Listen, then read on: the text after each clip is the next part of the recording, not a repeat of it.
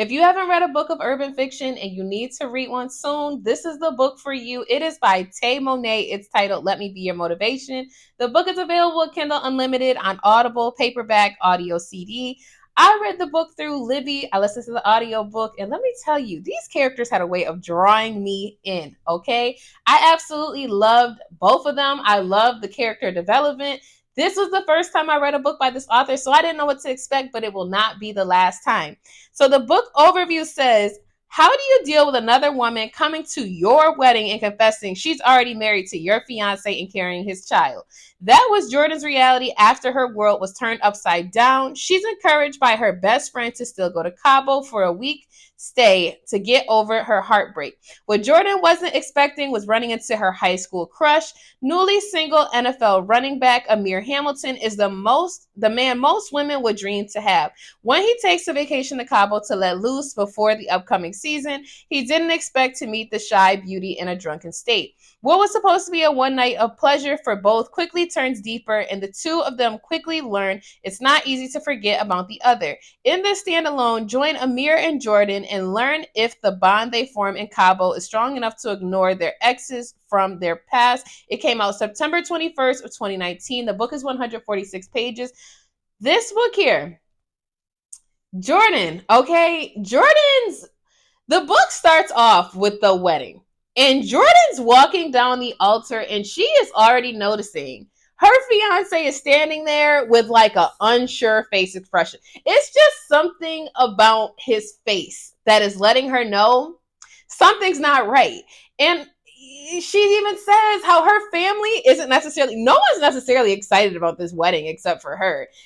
Everyone kind of has their reservations. No one's really necessarily excited about her fiance because they done gone through their relationship spats, and it's just not necessarily as joyous of a moment as it should be. Yes, Jordan looks super beautiful in her wedding dress and everything, but it's not what it's supposed to be. Like, it's supposed to be cherishing and embracing and celebrating this union of two people who love each other, and you're excited for what's happening for them. And the whole time, Jordan's father is kind of like, listen, if this man does anything to hurt you, I'm really going to stick my foot so far up his behind. They're not even going to talk in tongues no more. They're going to talk in toes.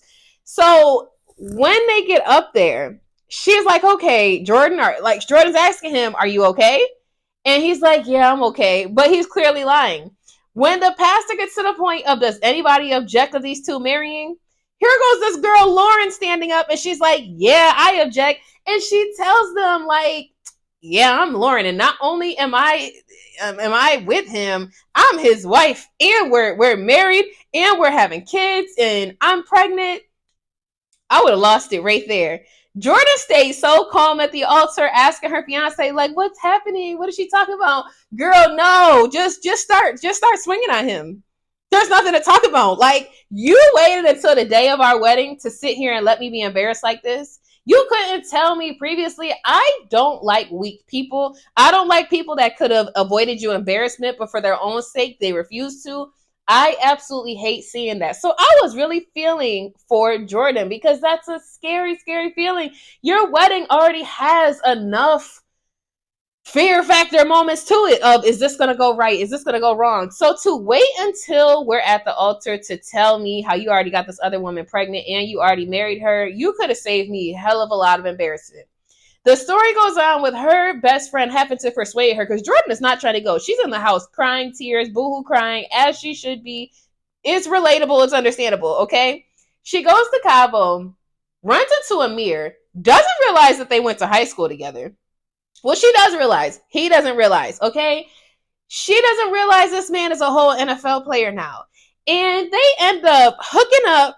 They have intimate time, and oh my God, a ball was had. Because this is only the third man she's been with. So all she knows is the person she lost her virginity to, her ex-fiance, and now my boy Amir. Amir done sat here and folded her up like a pretzel so much that the next morning, she kind of feels so embarrassed. She's trying to sneak off with her like shoes and her clothes, and she's trying to scurry out the door. And it just doesn't happen that way. There's a man in the kitchen, and at first I'm like, what type of freak show do y'all think this is? Like, just because I was intimate with you don't mean I'm going to be intimate with your boy. Like, what y'all got going on? But it wasn't that. It was actually Amir's like bodyguard, whatever. They end up sitting down and having a conversation. And when she realizes Amir's in the NFL, she's like, wow, you made it? Like, I can't believe you actually went and did that. And Amir's so cocky and arrogant. He's like, what do you mean, did I make it? Of course, I was nice as hell in high school. Boy, nobody care about all that. Humble yourself and calm down. And I think that was the theme that I really enjoyed in this book, was seeing how their ego for both of them showed up. Amir more than her. Okay, Amir has the ego. He has an ego bigger than Kanye at this point. I know for a fact Amir is a Gemini. And if he's not, he's probably an Aries. Okay? Everybody that's read the book, drop a comment below and let me know what horoscope sign you think my boy Amir got. Because he's definitely some type of fire sign. He's definitely something. He might even be a Leo. All I know is he's not a water sign. Because we don't behave that way.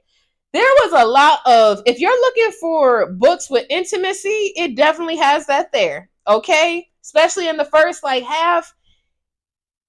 If you're going through like a drought and you know it's not going to be solved anytime soon, you might not want to, might want to take care of some business before you read this book.